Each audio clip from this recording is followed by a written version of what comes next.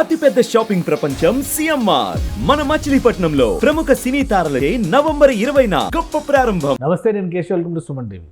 ఆంధ్రప్రదేశ్ రాజధాని అమరావతిలో నిర్మాణాలకు సంబంధించి ఒక్కొక్క అడుగు ముందుకు పడుతుంది. ముందుగా XLRI Xavier institute of management అతి త్వరలోనే అమరావతిలో కార్యకలాపాలు ప్రారంభించేందుకు కావాల్సిన చర్యలను చేపడుతుంది. అలానే అటు ముంబైలోను ఇతర ప్రాంతాల్లోనూ కూడా ఈ సంస్థ చర్యల్ని అంటే తమ కార్యకలాపాలు విస్తరించేటువంటి ప్రయత్నాల్ని ముమ్మరం చేయాలని నిర్ణయించింది. అసలు అమరావతిలో XLRI స్టార్ట్ అయితే వచ్చే ప్రయోజనాలు ఏంటి? ప్రధానంగా విద్యారంగానికి సంబంధించి కానీ మేనేజ్మెంట్ కోర్సులకు సంబంధించి కానీ ఇక్కడ కలిగేటువంటి ప్రయోజనాలు ఏ విధంగా ఉండొచ్చు? ఈ అంశాలను విశ్లేషించేటువంటి ప్రయత్నం చేద్దాం. మనతో పాటు సుబ్రహ్మణ్యం గారు అనలిస్ట్ ఉన్నారు. సుబ్రహ్మణ్యం గారు నమస్కారం. నమస్తే సార్. XLRI అనేది ఒక ప్రతిష్టాత్మక సంస్థ, అంతవరకే తెలుసు.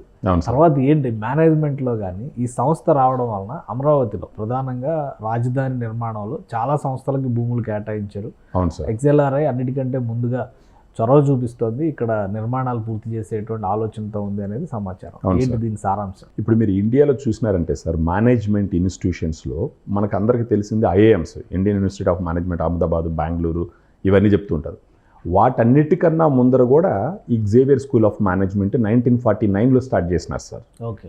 ఇది స్టీల్ సిటీ అయినటువంటి జంషెడ్పూర్లో 40 ఎకరాల ల్యాండ్లో ఇది స్టార్ట్ చేసినారు.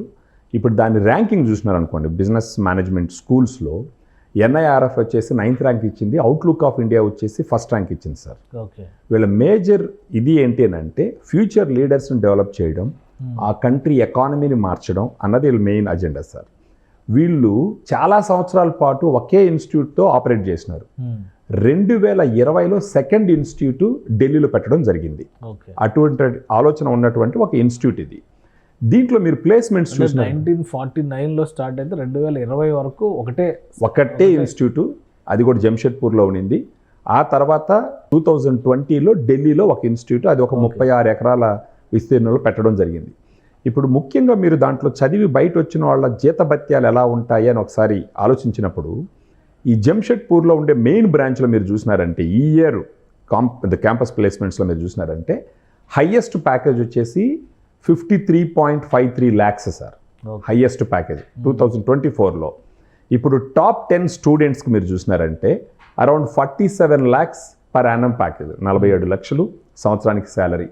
టాప్ 25 చూసినారంటే 40 లక్షలు ఒక్కొక్కరికి. సో 47 lakhs వచ్చి యాన్యువల్ ప్యాకేజ్, అది అంటే ఇంచుమించు నెలకు వచ్చేసి 4 లక్షల రూపాయలు. వీళ్ళంతా ఎక్స్పీరియన్స్ లేకుండా కొత్తగా వచ్చి చదివి బయట వచ్చిన వాళ్ళు అనమాట. ఇప్పుడు ఒకవేళ ఒక 10 years 15 years ఎక్స్పీరియన్స్ ఉందంటే ఆ ప్యాకేజ్లో ఉంటారు సార్. ఇప్పుడు ISB కొంచెం దాని గురించి మాట్లాడదాం సార్. తర్వాత టాప్ 10 వచ్చేసి 40 lakhs, టాప్ 25 వచ్చేసి అరౌండ్ 33 lakhs అనమాట. అదే మీరు ఢిల్లీ క్యాంపస్ తీసుకున్నారంటే ఈ ఇయర్ నంబర్ 1 ప్యాకేజ్ వచ్చి 75 lakhs సంవత్సరానికి. తర్వాత వచ్చేసి టాప్ 10 వచ్చేసి 47 lakhs, అగైన్ టాప్ 25 వచ్చి అగైన్ 30 lakhs సమ్వేర్ వచ్చిందనమాట. అంటే ఆ ఇన్స్టిట్యూట్లో ఒక కుర్రాడు మేనేజ్మెంట్ కోర్సు చేసి బయట వచ్చినాడంటే ఇంచుమించు 40 లక్షలు యావరేజ్ ప్యాకేజ్ చూసినారంటే 47 లక్షల ప్యాకేజ్తో స్టార్టింగ్ వాళ్ళ కెరీర్ స్టార్ట్ చేస్తారు. ఇటువంటి ఒక గొప్ప ట్రాక్ రికార్డ్ ఉన్నటువంటి మేనేజ్మెంట్ స్కూల్, దాన్ని ఇప్పుడు అమరావతిలో 50 ఎకరాల్లో పెట్టడానికి ప్రయత్నం జరుగుతుంది సార్. ఇన్ని డెవలప్డ్ స్టేట్స్ ఉన్నప్పటికీ అమరావతిలో XLRI తీసుకొచ్చి పెట్టడానికి గల రీజన్, ఇప్పుడు చంద్రబాబు నాయుడు గారి గత ఎక్స్పీరియన్స్ మీరు చూసినారనుకోండి, మనం దేన్ని రెఫర్ చేయాలంటే ISBని రెఫర్ చేయాలి sir, Indian school of business. ISB వచ్చి ముఖ్యంగా ఒక 10 సంవత్సరాలు 20 సంవత్సరాల ఎక్స్పీరియన్స్ ఉన్న వాళ్ళకి పెట్టినటువంటి ఇన్స్టిట్యూట్ అది. దాంట్లో 1 year కోర్సు బాగా ఫేమస్ అది ISBలో. మీరు ఇప్పుడు ఇక్కడ హైదరాబాద్లో చూసినారంటే ISB పెట్టినటువంటి ఆ ఫైనాన్షియల్ డిస్ట్రిక్ట్ ఏరియాలో అప్పుడు మొత్తం అడుగునింది. ఆ ISB కూడా హైదరాబాద్కి ఎలా వచ్చిందో కూడా మీకు తెలిసిన విషయమే. ISB ఫస్ట్ వచ్చి అంటే ఇండియాలో ఉన్న టాప్ కంపెనీ CEOs ఒక ఇలాంటి ఇన్స్టిట్యూట్ పెట్టాలా అని డిసైడ్ చేసినప్పుడు అది బెంగళూరుకి బాంబేకి వెళ్ళిపోతే వీళ్ళు ఫోన్లో మాట్లాడినా కానీ వాళ్ళు ఉండేసి లేదు, ఆల్రెడీ ఇది ప్లేస్ ఫైనలైజ్ అయిపోయింది, డిసైడ్ అయిపోయింది, మాట్లాడడానికి ఏం లేదని చెప్పినప్పుడు చంద్రబాబు నాయుడు గారు ఒక్కసారి విజిట్ చెయ్యండి, మీ డెసిషన్ ఏమన్నా తీసుకోవచ్చు అని చెప్పి ఈయన మంత్రుల్ని ఎయిర్పోర్ట్ పంపించి వాళ్ళని ఎస్కార్ట్ చేసి తీసుకొచ్చి ఈయన చేతితో వడ్డించి అప్పుడు అడగడం జరిగిందంట.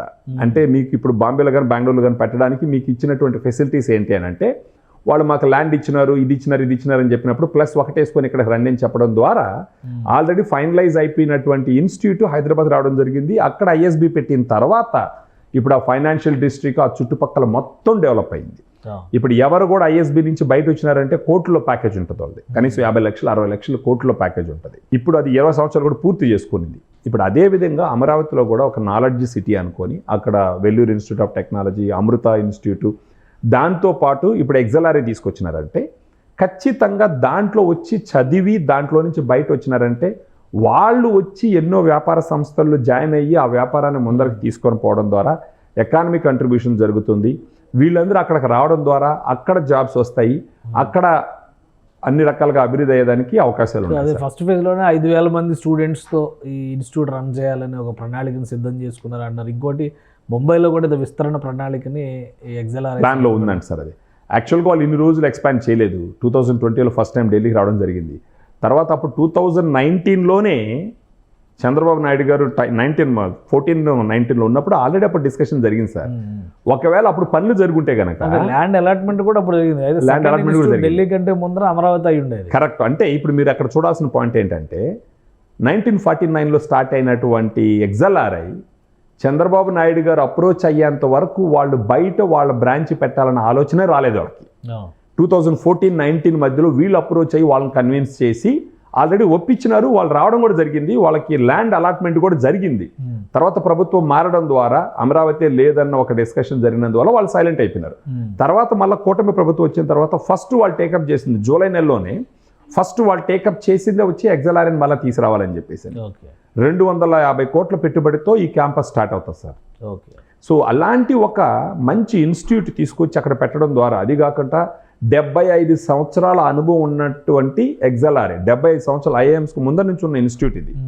అంత అనుభవం ఉన్నటువంటి ఒక మేనేజ్మెంట్ స్కూల్ తీసుకొచ్చి అమరావతిలో పెట్టడం అనేది ఖచ్చితంగా it's going to have a great fruits in future ఖచ్చితంగా. రైట్. థ్యాంక్ యూ సుబ్రహ్మణ్యం గారు, మీ అభిప్రాయం తెలియజేసేందుకు. ఇది XLRA సంస్థకు ఉన్నటువంటి ట్రాక్ రికార్డు మేనేజ్మెంట్ ఎడ్యుకేషన్లో ఇండియాలోనే ప్రతిష్టాత్మక సంస్థల్లో ఒకటి. అమరావతిలో ఈ పాటికే ప్రారంభం కావాల్సింది, అయితే గత 5 ఏళ్ల నిర్లక్ష్యం ఫలితంగా ఈ సంస్థ ఆగిపోయింది. ఇప్పుడు వీలైనంత వేగంగా ప్రారంభించడంతో పాటు ఇక్కడ 5,000 మంది విద్యార్థుల్ని అడ్మిషన్స్ ఇవ్వడం ద్వారా వీలైనంత తొందరగానే ఈ కోర్సులు కూడా ప్రారంభించేందుకు XLRA సంస్థ ప్రయత్నాలు చేస్తున్నట్టుగా సమాచారం ఉంది. దీంతోపాటు ముంబైలో కూడా క్యాంపస్ని ఏర్పాటు చేసే ప్రయత్నాల్లో ప్రస్తుతం XLRA ఉందని సుబ్రహ్మణ్యం గారు విశ్లేషిస్తున్నారు. ఇది special discussion. Keep watching. Suman టీవీలో మీ పర్సనల్ అండ్ బిజినెస్ ప్రమోషన్స్ కోసం కింది నెంబర్కి కాంటాక్ట్ చేయండి.